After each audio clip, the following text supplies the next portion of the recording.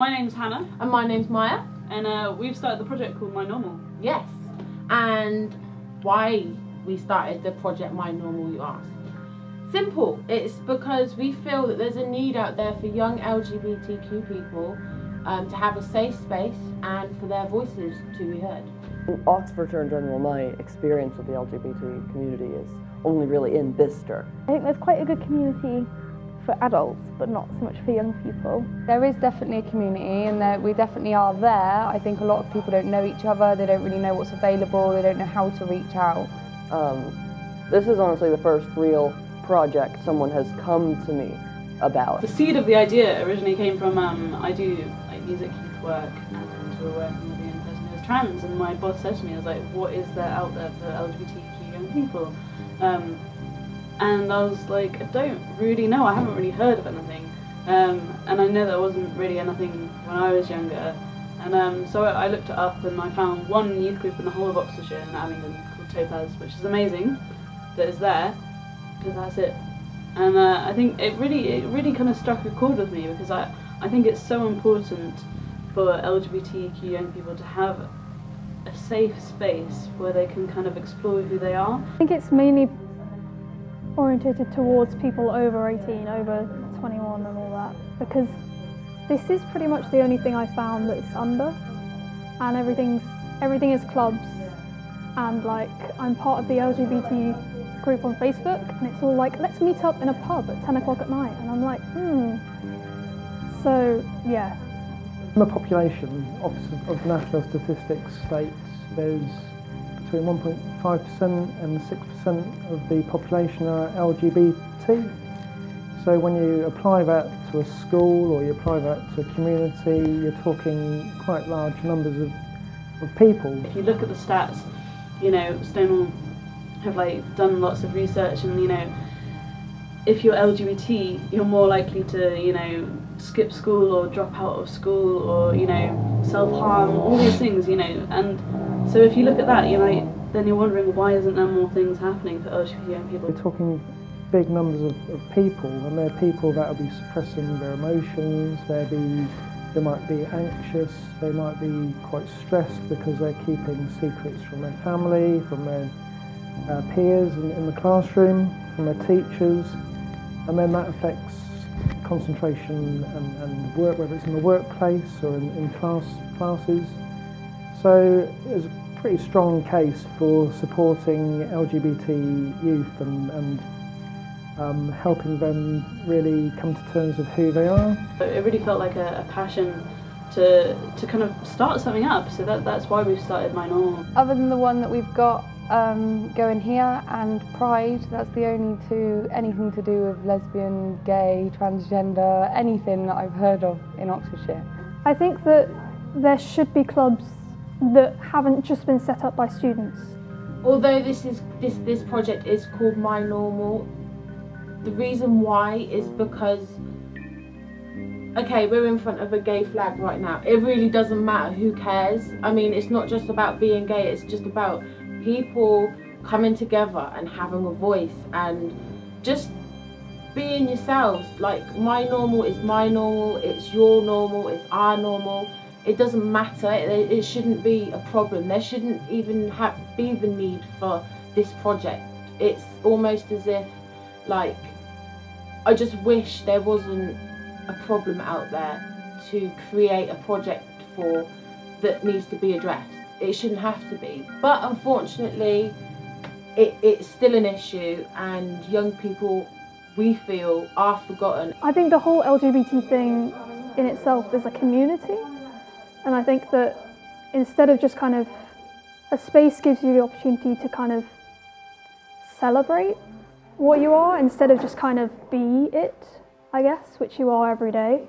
We want to bring good positivity, good vibes to young people and allow their voice to be heard. So what we've been doing is creating this short documentary, and we've been capturing young people's voices. We wanted to allow them to have a safe space to say exactly what they want to say.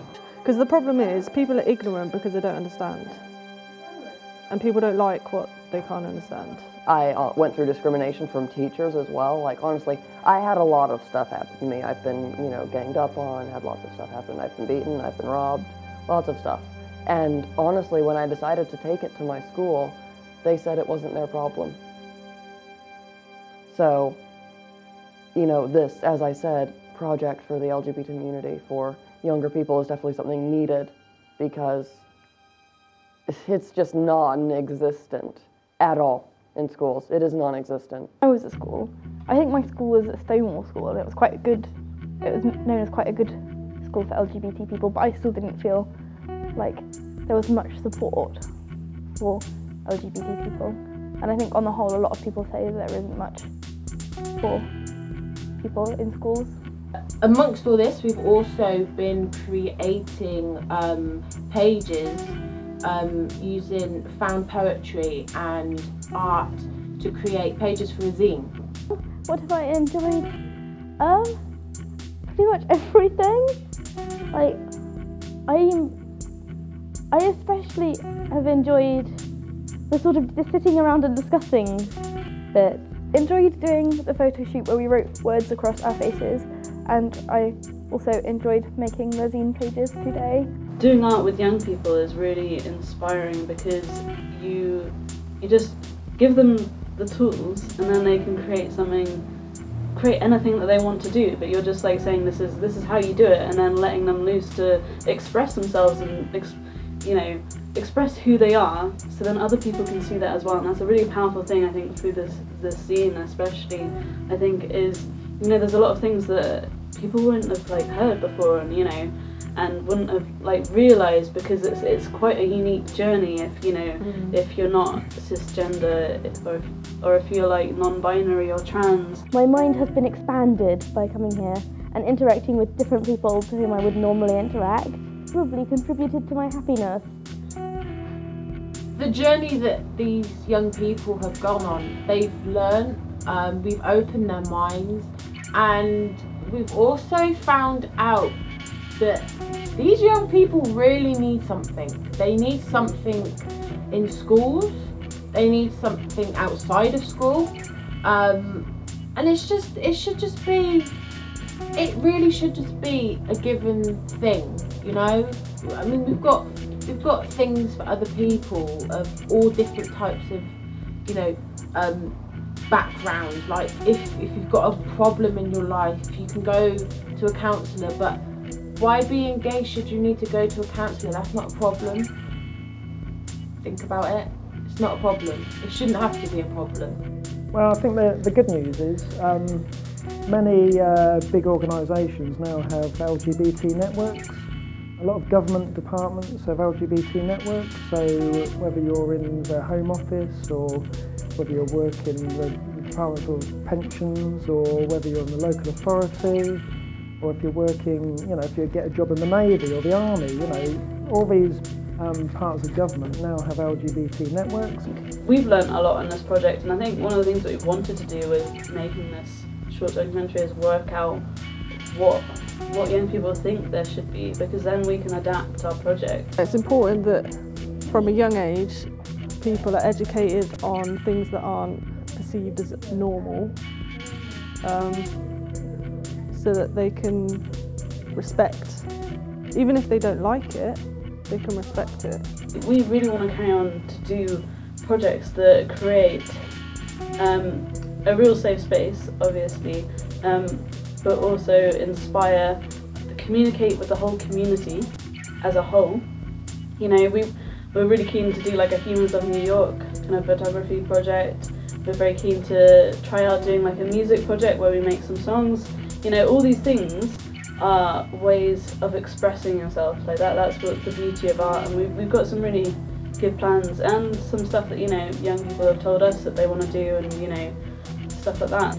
Any small interaction, any small step you make can make such an amazing impact, and that's why we're doing this project. This project is, you know, taking small steps, and we're going to carry on doing that, and I think we're going to create something really quite powerful with the help of the young people that come on the project. Think about it. Young people are our future, so why do we not treat them that way? Why do we not allow them freely to be who they want to be. Why not?